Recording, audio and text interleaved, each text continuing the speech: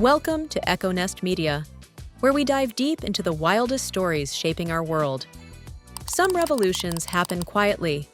Others scream at you in all caps, drop a random skull emoji, and end with no cap.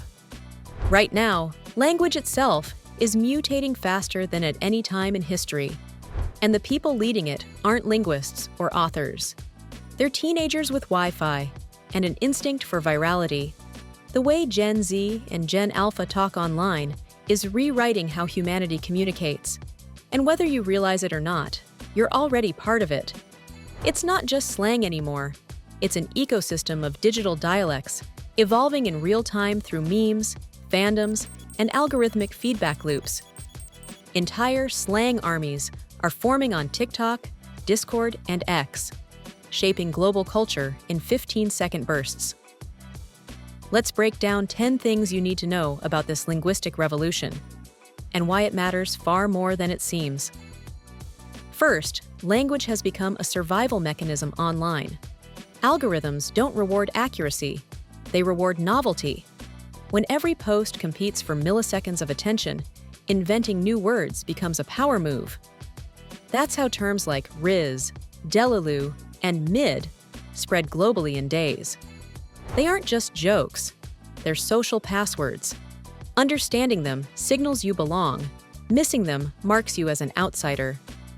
Second, Gen Z's slang spreads faster than any generations before because of one simple upgrade: algorithmic acceleration. On TikTok, a sound or phrase can go from niche to mainstream overnight through the For You page's reinforcement loop. Each remix multiplies exposure, so every joke becomes a micro-language. You can't make this up. Linguists are now studying TikTok trends as if they were migrating species. Third, slang has become decentralized. In the 2000s, pop stars or movies popularized words. Today, anonymous users on Discord threads or Roblox servers can coin phrases that shape global culture. Skibidi, Phoneme tax, and Goobified came from scattered corners of the internet, not marketing departments. The crowd now decides what words live or die. That's pretty wild when you think about it. Fourth, irony is the new grammar. Many Gen Z expressions mean the opposite of their literal sense. Saying something is slay or ate can be genuine or sarcastic.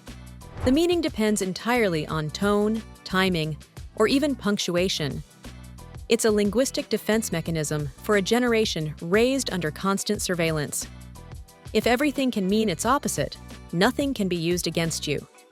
Fifth, meme culture has replaced dictionaries. Instead of learning a word's definition, users learn its vibe through repetition in videos and comment sections. When someone types, "It's giving 17th century peasant," the humor lies not in grammar, but shared cultural intuition. Slang now spreads through emotional resonance, not syntax. This is why older generations struggle to keep up. The rules aren't written anywhere. Sixth, entire slang communities act like living organisms, self-defending, self-evolving. When outsiders adopt their terms, they mutate the language instantly to stay ahead. Linguists call this semantic drift, but online, it's more like digital camouflage. As soon as brands or parents say a word, Gen Z quietly buries it. Remember when lit died the moment a company used it in an ad? Exactly. Seventh, emojis and punctuation have become emotional code. A single skull emoji now means laughter. A period can sound passive-aggressive. Lowercase text reads casual or intimate. Communication has collapsed into micro-signals, and younger users are fluent translators.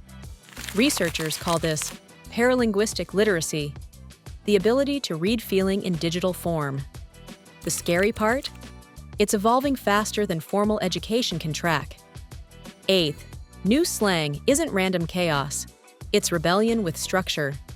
Every generation pushes language to reflect its worldview. Boomers had groovy. Millennials had epic. Gen Z's fragmented slang mirrors a fragmented internet. A protest against curated perfection. Their words compress humor, despair, and irony into a single phrase. "I'm in my flop era" isn't laziness. It's radical honesty wrapped in a joke. But here's where it gets interesting and a little unsettling. Around the midpoint of this evolution, something new emerged: collective authorship. Words no longer belong to individuals. The community itself decides meaning in real time, making language a crowdsourced organism. When a trend flips overnight, it's not chaos, it's democracy. The same mechanism that topples influencers also builds vocabularies. Ninth, AI tools are now feeding this cycle back into itself. Generative systems scrape slang to sound human. Then their outputs re-enter online speech, creating what linguists call algorithmic echo. In other words, machines are learning to mimic youth slang, and humans are unknowingly mimicking the machines. It's a feedback loop of authenticity, or the illusion of it. The line between organic language and synthetic speech is blurring every day. And 10th, all of this points to a larger truth. Language online has become a mirror of collective emotion. Slang is no longer just expression, it's data, a record of how humanity feels in real time.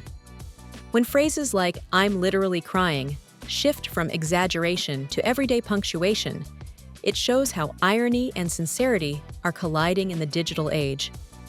What started as humor has become a survival language for overstimulated minds. So, what does it mean for you? It means the words you use online aren't just shaping conversations, they're shaping algorithms, marketing, and even mental health. Every emoji, every invented term, every sarcastic phrase contributes to a constantly evolving neural network of human culture. Language isn't just reflecting the internet anymore, it is the internet. Here's the twist. As language accelerates, comprehension slows down.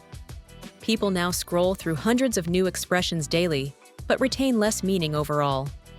In chasing novelty, we risk losing shared understanding, the very thing language was built for.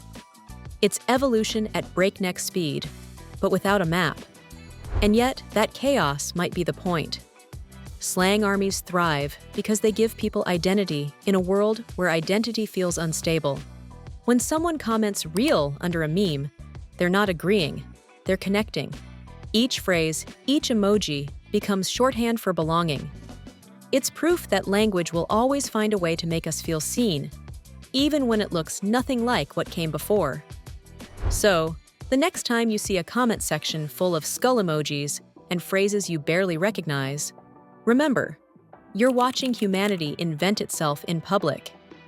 This isn't the end of language, it's just another chapter, one written in lowercase, dripping with irony, and moving at the speed of Wi-Fi.